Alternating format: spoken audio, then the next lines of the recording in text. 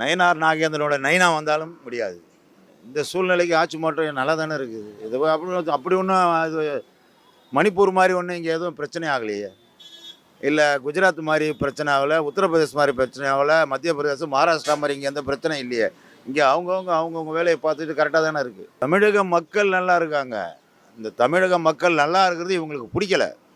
இவங்களும் ஊபி மாதிரி இந்த மாப்பி மாதிரி பண்ணணும்னு சொல்லிட்டு பிளான் பண்ணுறானுங்க. ஏன்னா சாதி ரீதியில் கலவரத்தை உண்டு பண்ணணும், மத ரீதியில் கலவரத்தை உண்டு பண்ணணும். இவங்க எதிர்பார்த்தது நடக்கலை. ஆனால் கண்டிப்பாக ஏதாவது ஒரு பிரச்சனை பண்ணுவாங்க. எலெக்ஷன் நெருங்க அவங்களுடைய மூலதனமே கலவரம் தானம்மா. அது நீ அவர் தான் கேட்கணும். நைனா நான் இருந்தால் தான் போய் கேட்கணும். ஊபியை போய் பார்க்க சொல்லுங்கள். இப்போ லேட்டஸ்ட்டாக இது மகாராஷ்டிரா போய் பார்க்க சொல்லுங்கள். அவங்க மணிப்பூர் உலகத்துக்கே தெரியும். நம்ம அதை சொல்லி தேவை கிடையாது. மணிப்பூர் உலகத்துக்கே தெரியும். இன்னும் அது சரிப்படுத்த முடியல, சரியாக ஆகாது போல் இருக்குது. இவங்க என்ன நடக்கிறாங்களோ அதை நடக்கும் போது